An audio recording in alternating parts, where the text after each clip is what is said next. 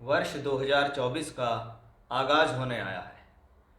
ग्रहों की स्थितियां वर्ष 2024 में भी आपको कुछ ना कुछ देने के लिए तैयार है। 2023 की बात करें तो कहीं ना कहीं जीवन के अंदर उतार चढ़ाव रहा है। अब ये देखते हैं कि ये 2024 आपके लिए क्यों और किस तरह से बेहतर है। जैसा कि आपने थंबनेल में पढ़ लिया होगा कि भाग्य बेमिसाल और करियर शानदार।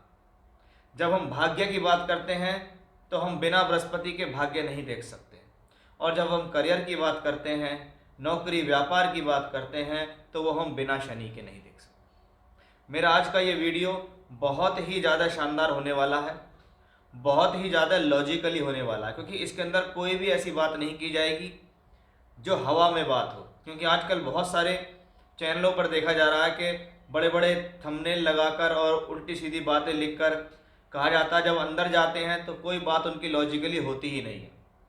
इसलिए इस वीडियो को बनाने में काफ़ी मेहनत हुई है।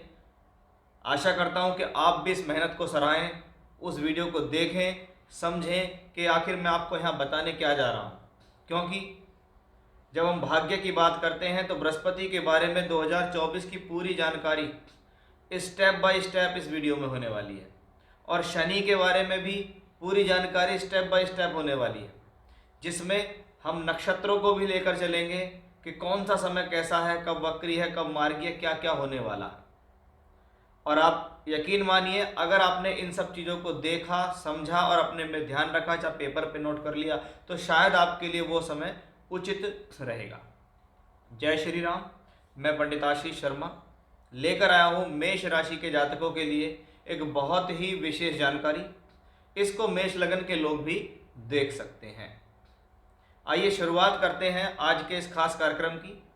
अगर आप मेरे चैनल पर पहली बार आए हैं, वीडियो आपको पसंद आता है, आपको लगता है कि कहीं ना कहीं यहाँ तर्कसंगत बात हो रही है, तो आप चैनल को सब्सक्राइब करें, वीडियो को लाइक करें और अन्य लोगों के पास शेयर भी करें, और भविष्य में सब्सक्राइब करके उसे संजो के रखें, जिससे आप आगे भी महत्वपूर्ण जानकारी प्राप्त कर सकें। देखिए, 2024 की शुरुआत हुई, आपकी राशि मेष है।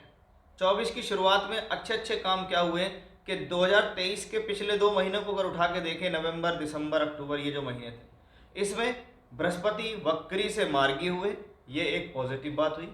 वहीं दूसरी तरफ बृहस्पति गुरु चांडाल दोष से खत्म भी हो गए, यानी एक फ्रेश तरीके के बृहस्पति हमें मिले वर्ष 2024 की शुरुआत। अब आपकी राशि मेष है, मेष राशि में ही गुरु जैसा एक शुभ ग्रह अगर बैठ जाए तो इसको कहते हैं शुरुआत अच्छी हो गई है। ग्रह ने जिम्मेदारी ले ली है, वो आपके लिए भाग्य भवन का स्वामी है, इसलिए ये आपको भाग्य को बेहतर बनाने के लिए तैयार होकर आया है।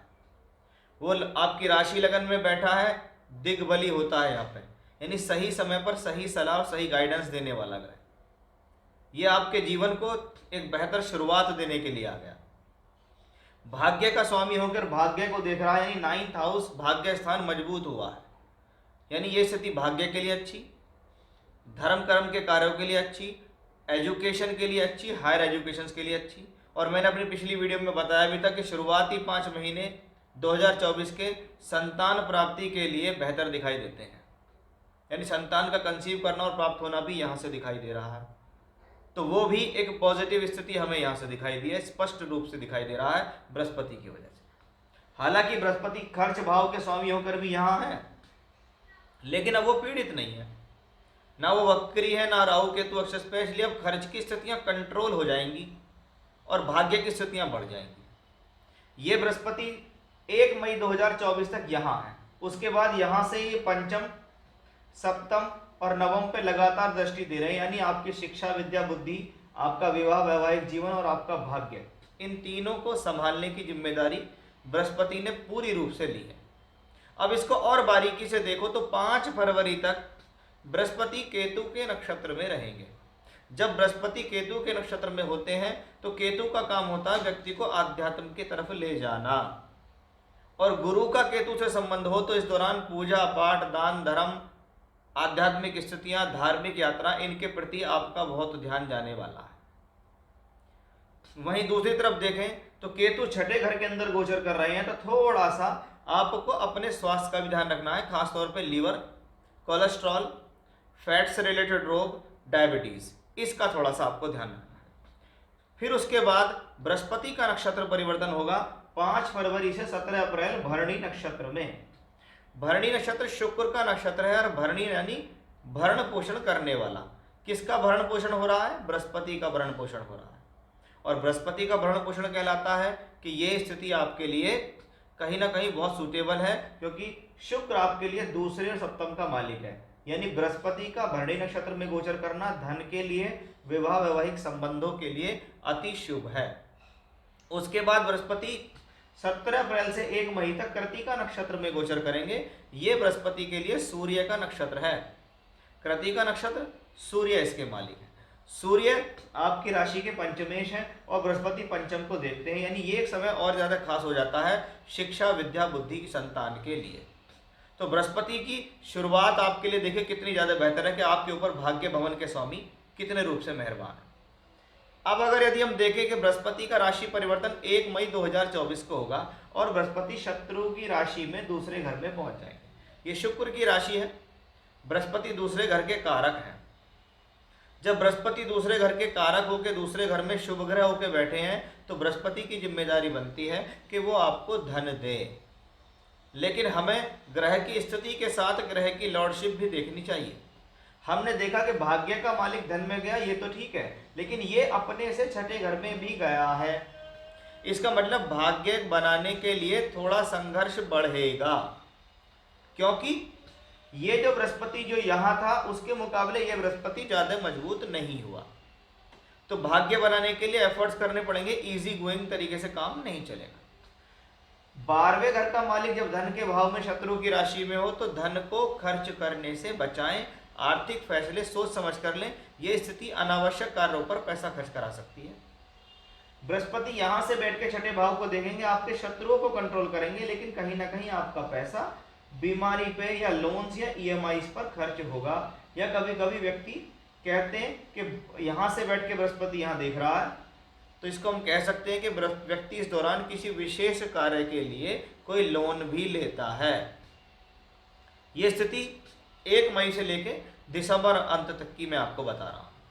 बृहस्पति यहां बैठ के यहां देख रहे हैं, यानी पैतृक संपत्ति से लाभ मिलेगा। कोई गड़ा हुआ पैसा या छुपा हुआ धन या फंसा हुआ पैसा या रुका हुआ धन है तो वो मिलने की संभावना बढ़ेगी।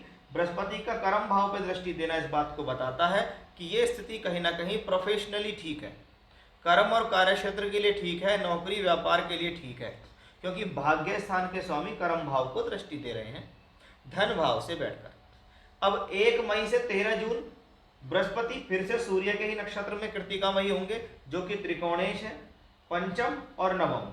नवम बृहस्पति है, पंचम सूर्य है, इसलिए यह शिक्षा, विद्या, बुद्धि, धन के लिए शुभ हुआ। फिर आते हैं बृहस्पति चंद्रमा के नक्षत्र में। यह रोहिणी नक्षत्र है, 13 जून से 20 अगस्त तक चलेगा। कौन है चंद्रमा? चौथे घर का मालिक है, यानी इस दौरान माता का सपोर्ट मिलेगा, माता पक्ष से लाभ मिलेगा, कभी कभी तो मामा पक्ष से भी लाभ मिलने की स्थितियां इसको बताते हैं। इस दौरान भूमि, जमीन, जायदाद, प्रॉपर्टी से संबंधित कार्य आपके जीवन में होंगे। व्हीकल परचेज करना, प्लॉट परचेज करना, लैंड परचेज करना, रिनोवेशन कराना, प्रॉपर्टी खरीद लेना, उनसे संबंधित फायदा मिलेगा, क्योंकि चंद्रमा आपके लिए चतुर्थेश है। फिर मृगशिरा नक्षत्र में 20 अगस्त से 28 नवंबर के अंत तक यहां पर रहेंगे बृहस्पति। मंगल के नक्षत्र में रहेंगे और मंगल आपकी राशि के मालिक हैं, यानी बृहस्पति का धन भाव में बैठते हुए मंगल यानी राशि के मालिक, लगन के मालिक के नक्षत्र में जाना भी अति शुभ है। यह स्थिति भी कार्य सिद्धि की तरफ पूर्ण रूप से आपको ले जा रही है। प्लेसमेंट वाइज अगर देखें तो बृहस्पति की कुछ चिंता है, क्योंकि ये अपने से छठे घर में गया है, ये 12वें का मालिक होकर अपने से तीसरे में गया है। इसलिए धन कमाने के लिए योजनाएं लगातार बनाना, एफर्ट्स बराबर रखना, खर्च पे संयम रखना, खान पीन पर संयम रखना, नहीं तो सेहत खराब होगी, उस पर पैसा खर्च हो जाए। तो भाग्य के दृष्टिकोण से बेहद उत्तम हुआ ये वर्ष। अब बात करते हैं कर्म के दृष्टिकोण से कैसा रहेगा। हम कर्म किसको देते हैं? हम कर्म लेते हैं शनि को, कि मेष राशि के जातकों, मेष लगन के जातकों, आपके लिए शनि कर्म और लाभ का मालिक है, यानी आपकी प्रोफेशनल लाइफ, नौकरी, व्यापार, कर्म और लाभ दोनों को संभालने वाला ग्रह शनि। वो शनि पूरे वर्ष एकादश में रहेगा। इसका मतलब उस ग्रह ने जिम्मेदारी ली है कि वो आपको किसी ना किसी साधन से धन देगा। लेकिन शनि जब यहाँ से बैठ के यहाँ दृष्टि देते हैं तो ये शनि की नीच राशि भी है और ये तीसरी दृष्टि है। इसलिए वो शनि कहता है कि भैया अच्छी तरह मैं रगड़ूंगा, मैं बहुत आसानी से पैसा नहीं दूंगा। अगर आप ये सोचते हो कि बहुत आसानी से काम होने वाला है तो इजी गोइंग तरीके से काम नहीं होगा। एफर्ट्स थोड़े एक्स्ट्रा डालने पड़ेंगे। लगातार डालोगे एफर्ट्स, लगातार मेहनत करोगे, क्योंकि वो कर्म फल प्रदाता है। वो पहले कर्मों को देखते हैं फिर आपको रिजल्ट देते हैं। इसीलिए शनि की तीसरी दृष्टि के लिए कहा जाता है कि शनि की तीसरी दृष्टि जिस भाव पे पड़े उस भाव से संघर्ष उत्पन्न करती है तो लाभ मिलता है।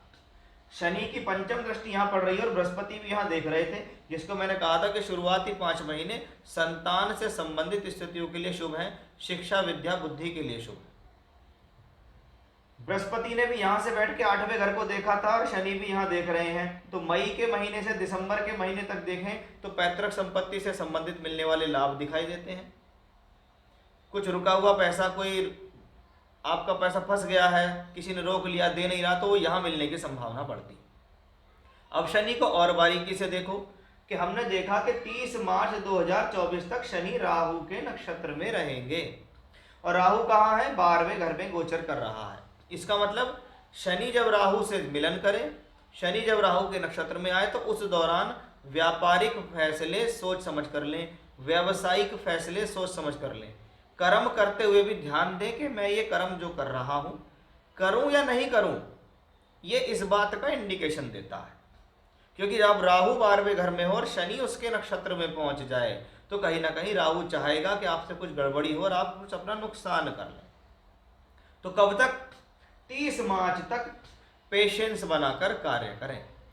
30 मार्च के बाद 1 अप्रैल से 30 अक्टूबर ये सबसे विशेष समय होगा वर्ष 2024 का, क्योंकि इस दौरान शनि बृहस्पति के पूर्वी भाद्रपद नक्षत्र में गोचर करेंगे और ये वही बृहस्पति है जिसका उल्लेख मैंने अभी आपको पूर्ण रूप से करके बताया।